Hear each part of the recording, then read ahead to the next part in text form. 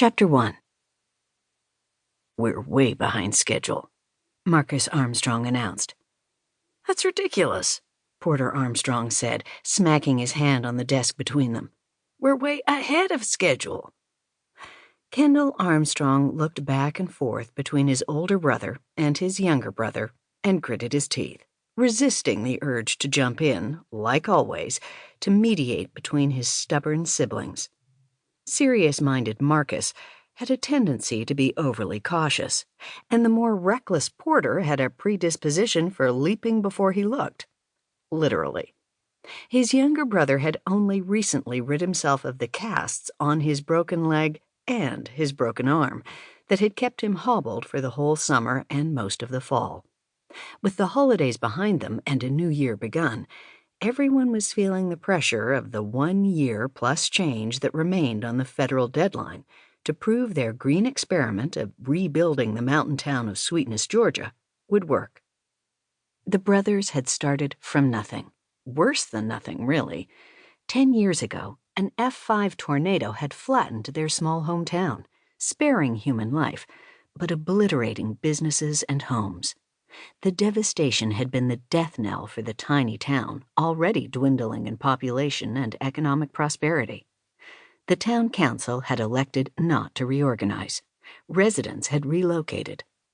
When the Armstrongs had arrived a year ago, the roads into Sweetness were choked and overgrown, the land consumed with kudzu vines and littered remains of buildings, vehicles, and trees shorn by the twister.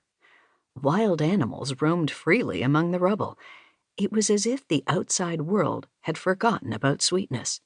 Now, including the 250 or so workers the men employed, the 100 or so women who'd come en masse from Broadway, Michigan, in response to an ad the brothers had placed in a local newspaper for women who wanted a fresh start, their children, and miscellaneous relatives who had since followed, and various professionals and trade experts who'd come to help them shape the town, the population of Sweetness had grown to— Kendall turned his head to look at the latest number written on the chalkboard by the door— 536. "Ahead of schedule," Marcus said to Porter. "What calendar are you looking at?" "The same one you're looking at," Porter said, jerking his thumb toward the giant calendar that papered the walls of the office. "Oh, yeah?" "Yeah." They suddenly stopped and looked over at Kendall, who sat in a chair across the room. "Aren't you going to weigh in?" Marcus asked. "You're just going to sit there?" Porter demanded. Kendall pursed his mouth and nodded. "That's right." He scooted his seat back against the wall, then made a rolling motion with his hands. "Go ahead. Have at each other.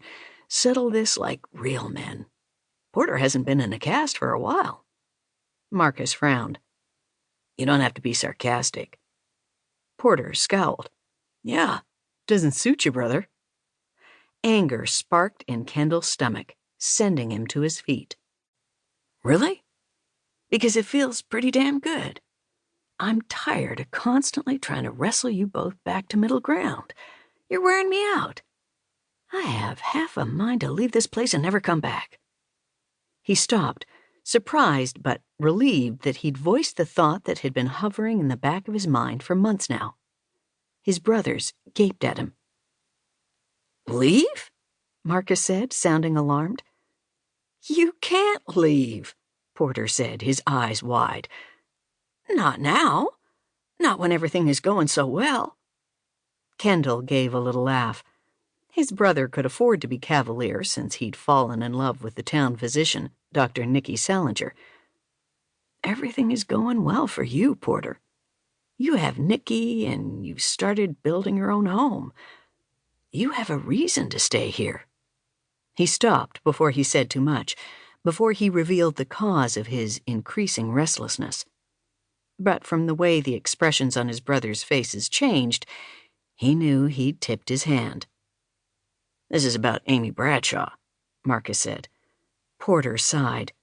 "Kendall, why don't you just call Amy and ask her to come back home?" Kendall fisted his hands. "How many times do I have to tell you? She told me to leave her alone.